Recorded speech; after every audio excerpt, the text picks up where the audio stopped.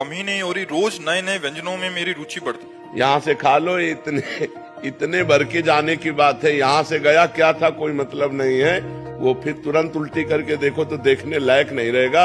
अगर 6 घंटे पेट में रुक गया तो दुर्गंधयुक्त मल बन जाएगा। तो हमको उतना ही खाना है जितने से पेट पल जाए और सात्विक भोजन करने। जबान के स्वाद के लिए खाओगे फंस जाओगे। 5 ज्ञानेंद्रियां हैं और 5 कर्मेंद्रियां हैं। ये पूरे चराचर जगत को फांसे हुए है। किसी को जबान फांसे हुई है, किसी को जनेंद्रिय फांसे हुई है। कोई देखने में, कोई सुनने में, कोई छूने में, कोई भोगने में। पूरा संसार इसी तो मना कष्टान इंद्रियाणी प्रकृति स्थान कर सती। 5 ज्ञानेंद्रियां और 1 मन प्रकृति में सदैव लगाए हुए जीव की दुर्गति करता है। बहुत दुष्ट है। खाते खाते जीवन, अरे इतना खाने लगते हैं कि मुर्गा, मुर्गी, बकरा, गाय, भैंसा सब खाने लगते हैं। नहीं, जबाने का तो स्वाद है। कितना गिरते चले गए कि राक्षस हो गए।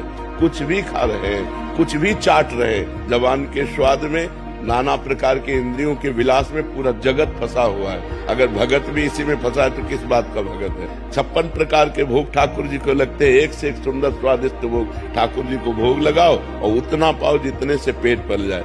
अच्छे अच्छे पदार्थ बांट दो। रूखा सूखा खा के शरीर से खूब भजन करो, मेहनत करो, धर्म पूर्वक कमाओ, परिवार का पोषण करो, भगवान को प्राप्त हो जाओ। अब बुरे आचरणों में जाओगे, जिसकी रसेंद्री बस में नहीं है उसकी कोई इंद्री बस में नहीं हो सकती। 9 इंद्रियां उसके बस में हो जाएंगी। 1 इंद्री को बस में कर ले, केवल रसेंद्री को। मोटा होना स्वस्थ होना नहीं है। स्वस्थ होने का मतलब यथा योग्य वजन होना, यथा योग्य पेट होना, यथा योग्य आहार विहार होना।